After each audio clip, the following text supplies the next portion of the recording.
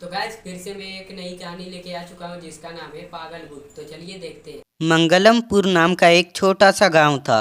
उस गांव में कुछ दिनों से एक डरावने भूत का आतंक छाया हुआ था। वह भूत कोई आम भूत नहीं था। उस भूत के पास आरी ब्लेड जैसे खतरनाक हथियार थे। इसीलिए रात के 12 बजे के बाद कोई भी आदमी घर से बाहर निकलने की गलती नहीं करता था। अगर कोई गांव वाला आधी रात के समय घर से निकल भी गया तो वो डरावना भूत अपनी आरी से उस आदमी के टुकड़े करके फेंक देता था। सभी गांव वाले उस आरी ब्लेड वाले भूत से बहुत ज्यादा डरे हुए थे और जैसे ही रात के 12 बजते वे सभी गांव वाले अपने घर घुसकर खिड़की दरवाजे बंद कर लेते थे। एक रात भूत अपने हाथ में आरी लेते हुए बोला, इन गांव वालों को क्या लगता है कि ये सब अपने घरों में छिप कर बैठ जाएंगे और मैं इनका कुछ भी नहीं बिगाड़ पाऊंगा।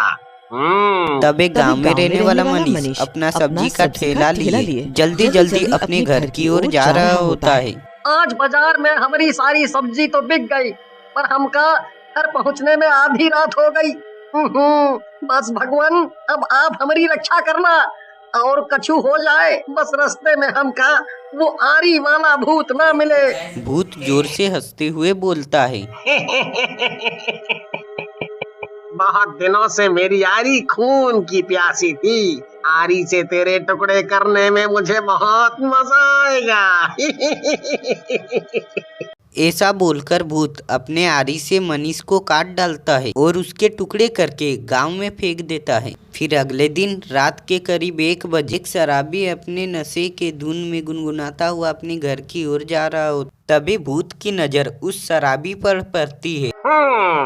शराब पीना शरीर के लिए कितना हानिकारक है, ये आज मैं इस शराबी को बताता हूँ। इस शराबी के तो मैं अपनी आरी से एक नहीं बल्कि 36 टुकड़े करके फेंकूंगा।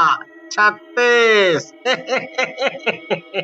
अरे अरे बाप रे, ये भूत कहाँ से आ धमका। अरे इसे देख कर तो मेरा सारा नशा ही उतर गया। अरे रे, ऐसे कैसे नशा उतर गया? अभी पूरा नशा उतरना तो बाकी है। फिर भूत उस शराबी को अपने आरी से काटकर वहां से चला जाता है और मुखिया जी के घर के सामने खड़ा होकर जोर जोर से चिल्लाने लगता है। मुखिया जी अपने घर की खिड़की से भूत को देखकर बहुत डर जाता है। भूत वहां से गायब हो जाता है। अगले ही दिन पूरे गांव वाले इकट्ठा होकर बातें करने लगते। न जाने ये आरी ब्लेड वाला भूत हमारे गांव में कहां से आ गया है। आए दिन गांव में कभी किसी का हाथ कटा मिलता है तो किसी के शरीर के 2 टुकड़े मिलते हैं। अब तो रात होते ही हमका तो चिंता सताने लगती है कि कहीं अगला नंबर हमरा ना हो। अरे क्या बात करते हो कमलेश भैया, और ऐसे डरने से काम नहीं चलने वाला।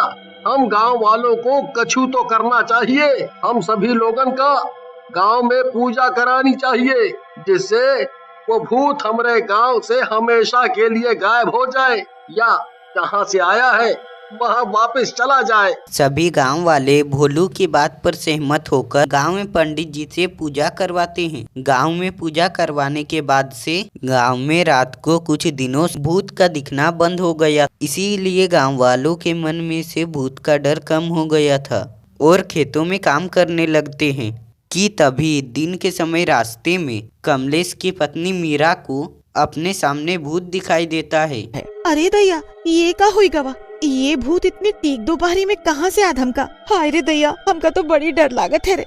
अरे हम तो अपने पति देव के लिए खाना लेकर जा रहे थे, पर अब तो हमका लगता है कि कहीं हम ही ना इस भूत का खाना बन जाए। मीरा भूत से डरते भागती हुई खेतों में पहुंच जाती है और जोर जोर से भूत भूत चिल्लाने लगती। कि तभी भूत भी अपने हाथ में ब्लेड लेकर खेतों में पहुंच जाता है। भूत की डर से सभी गांव वाले अपने अपने घर की ओर भागने लगते हैं। गांव के लोगों को रास्ते में मुखिया जी मिलते हैं। फिर सभी गांव वाले मुखिया जी से कहते हैं, मुखिया जी, ये आरी वाला भूत तो हम गांव वालों के पीछे ही पड़ गया है।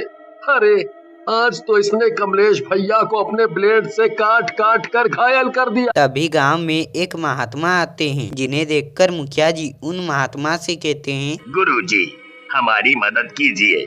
नहीं तो ये भूत हम सभी गांव वालों को अपनी आरी ब्लेड से काट कर मार डालेगा। गांव में पूजा पाठ कराने के बाद भी ये भूत एक एक कर गांव के लोगों को मार रहा है। वो भूत बहुत ही ताकतवर है और उसके पास खतरनाक हथियार भी है। यदि हमें इस भूत की कोई वजह पता चल जाए तो उसे काबू में करना आसान हो जाएगा। उसके भूत बनने के पीछे और गांव के लोगों को इस तरह बेरहमी से मारने के पीछे उस भूत की कोई ना कोई वजह तो जरूर होगी। गुरुजी, आप सही कह रहे हैं, क्योंकि कई बार मैंने उस भूत को मेरे घर के बाहर चिल्लाते हुए देखा है, जैसे वो मुझसे कुछ कहना चाहता हो। अरे बेटा, तुम्हें इतना पसीना क्यों आ रहा है? कहीं तुम्हें तो उस भूत के बारे में नहीं, हमें कछु नहीं मालूम। हमें उस भूत के बारे में कछु नहीं पता। बेटा, अगर तुम्हें कुछ भी पता है तो बता दो, नहीं तो वो भूत सभी गांव वालों को मार डालेगा। भोलू कुछ बता पाता उससे पहले भूत वहां आकर भोलू का गला पकड़ लेता है और जोर जोर से हंसते हुए बोलता है, ये क्या तुम गांव वालों को सच बताएगा? जो खुद झूठा, धोखेबाज और खूनी हो, वो क्या सच बोलेगा? और अब ये मेरे हाथ लग ही गया है तो मैं इसे इस तरह से काटूंगा जैसे इसने मुझे आरी ब्लेड से काट कर मार डाला और मेरे शरीर के टुकड़े जमीन में गाड़ दिए। अरे भूत जी, हमका नहीं मारो। अरे सारी गलती हमारी नहीं है जो आप हमका मारने पर तुले हो। है भूत, आखिर ऐसा क्या किया है इसने जो तुम इसे मार डालना चाहते हो? मुखिया जी, पहचानो हमें, हम ललित हैं, जैसे आप अपने बेटे की तरह प्यार करते थे, पर इस भोलू की वजह से सभी गांव वालों ने हमें चोर समझ लिया, जिसकी वजह से सभी गांव वालों ने मेरी बहन और माँ को चोर की बहन, चोर की माँ कहना शुरू कर दिया। अब जो कुछ भी बताएगा यही सभी को सच सच बताएगा, नहीं तो मैं अभी के अभी इसके 2 टुकड़े कर दूंगा। मैं बताता हूँ, सब सच बताता हूँ। कुछ साल पहले मैंने मंदिर से चढ़ावे के पैसे चुराकर उन पैसे से शहर में जाकर दारू की बोतल ले आया और ललित को किसी बहाने से मोहन की लकड़ी काटने की दुकान में बुलाकर उसे जबरदस्ती दारू पिला दी और फिर मैं रोज मंदिर से इसी तरह पैसे चोरी करता और इन पैसों से दारू लेकर आता और ललित को रोज दारू पिलाता ताकि उसे दारू पीने की आदत पड़ जाए और फिर मैं किसी तरह उसे लीला की शादी मुझसे कराने के लिए मना लूं। पर एक रोज जब मैंने मोहन की लकड़ी काटने की दुकान पर ललित को बुलाया और उसे दारू पिलाकर उससे उसकी बहन लीला की बात छेड़ी तो वो गुस्से से बौखला उठा। बस फिर क्या था, मुझे जो गुस्सा आया मैंने तुरंत आरी से ललित के टुकड़े कर दिए।